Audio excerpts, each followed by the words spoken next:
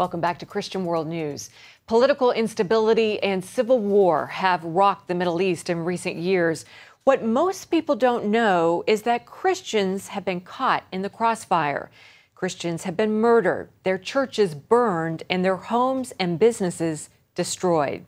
Now, many are fleeing the places they've lived for centuries, the region that was the cradle of Christianity. Well, earlier this week, our Gary Lane spoke with two experts on the situation there. Joining us now for a roundtable discussion on the Middle East is Jeff King. He's the president of International Christian Concern. And also my colleague George Thomas, our senior international correspondent. He's just back from Egypt. Let's start with you, Jeff. You were recently, you saw the international talks with Iran about its nuclear program. And Iranian President Rouhani says he's a reformer, but we haven't seen much in the way of religious freedom and reforms for Christians. What's happening in Iran? Well, it's interesting. I don't think he's really substantially different than his predecessor. I'd say he's a better chess player. So, but he's a long-term insider. You know, the mullahs and the Supreme Council are still there, so nothing's really changed. Now, again, Rouhani did for political showmanship. He released two Christians, but they were at the end of their term. They had finished their term out, and he released them. But that was just for dramatic show. Fundamentally, nothing's changed. The crackdown is still going on, and they're facing dire circumstances. And of course, we have Saeed Abedini, the American pastor, Iranian-American in prison. We also know of Behnam Irani and 40 others in addition to them in prison. What are the chances they'll be released? You know, I doubt that they will be released. Now, Saeed, maybe, because he's so high profile, and his wife and he have done such a great job in terms of getting press. Sometimes that can work against you, sometimes it'll work for you. But for the masses being released, that group of 40, I doubt it. And George Thomas, you're fresh back from Egypt. How are Christians doing since the ouster of Mohammed Morsi and the arrest and banning of the Muslim Brotherhood? You know, it's amazing, Gary, to see what's happened in the span of 2.5 years since the fall of the Mubarak regime. Today, the Christians of Egypt are truly, they are breathing a sign of relief, because they are so glad.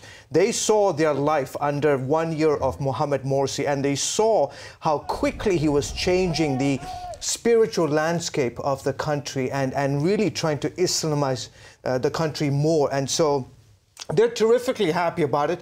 But look, this is an unresolved crisis in Egypt. Anybody who thinks that the situation has changed dramatically and is on the road to recovery, you got it wrong, because the military is solidly in control. What's interesting, well, how about for the Christians? Are they protecting the churches and the Christians? Look, that's always been the Christians. I've asked this question. Look, when a Christian church is attacked, or folks are, you know, if there's a murder case, why isn't the police, the authorities, you know, engaged, actively investigating? And the Christians said, listen, we are in the midst of major changes. We're willing to give the authorities, the military, the police apparatus, the security apparatus, leeway. Let them rebuild our country after 2.5 years.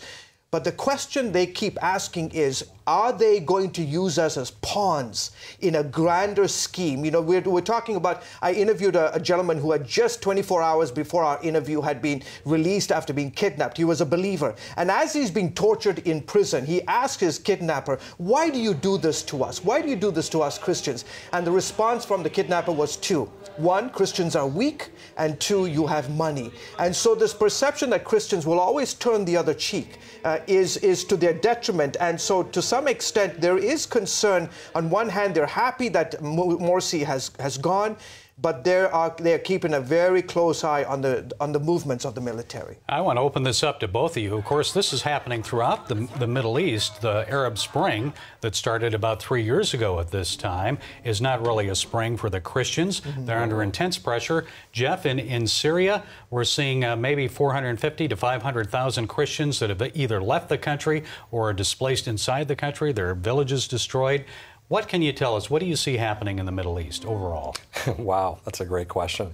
You know, I was just recently with some Syrian Christians who were just had been pulled out, and they were talking about the brutality that the Christians were facing. Absolutely barbaric. And one thing they'd said that was really stuck out was that 60 to 70% of the fighters are foreign jihadists. And they were there from the beginning. There was an initial spark, and they jumped on it. They were there from the beginning. But what's going to happen is anyone's guess. I mean, I think we're between a rock and a hard place. We can't give the country to the jihadists. And at the same time, I think the U.S. in their interest would like to cut off that alliance between Syria and Iran. So as to what's going to happen going forward, we'll watch and let's see what happens. But George, you've been to both Syria and Iraq. Is it a repeat of what happened in Iraq? Is this the annihilation of Christianity? Look, I have always said since 9/11 and our attack against Afghanistan, President George W. Bush back then said that, the winds of democracy are blowing through the region, and Iraq and Afghanistan are going to be the blueprint. Having been to Afghanistan, Iraq, Syria, Iran, I see nothing. To me, the barometer is how do you treat people who don't belong to the ruling orthodoxy, who do not belong to Islam? How do you treat women in these countries? And today, across this large swath, from Casablanca all the way to Homs, Syria, including Peshawar, Pakistan, you see a large swath of the country that does not respect human rights, does not respect religious freedom, does not respect women's rights, where the majority are women in these countries. The moment you do not, these are the key barometers. And to me, right now, I see nothing. The United States is not engaged from a point of view of encouraging these regimes to honor those who do not believe in Islam, to honor women. And as long as you don't, those two key barometers, there is not going to be any hope in these parts of the world. Jeff, you're in the Washington area. We're not seeing much out of Washington putting pressure on these regimes, are we? Absolutely not. In fact, it's interesting because when this administration came in the State Department, we had heard from insiders that Hillary came in and said, look, this is not going to be an issue for us. So previously in the Bush administration, he really paid attention to religious freedom. And it's still continuing under Kerry. But within the State Department, there's no real pressure on this subject, and there's not a lot of interest. So, yeah. So what do we do? Yeah, that's a challenge. What should be done? I mean, and I think we can continue. Somebody said the other day, a Pakistani believer who had been persecuted, he said, "Look, when we are persecuted, we are promoted." And the believers across this part of the world are facing the ICC guys. They're doing incredible work, monitoring and bringing to light the injustices. But in the midst of persecution, these folks are clinging to the hope that they will boldly continue to proclaim the gospel of Jesus Christ. And that's what we need to pray for these believers, that they will have the courage, they will have the boldness to continue to make the name of Jesus Christ famous. Okay, George Thomas, my colleague here at CBN News, Jeff King from International Christian Concern, thank you for joining us. Thank you. Thank you.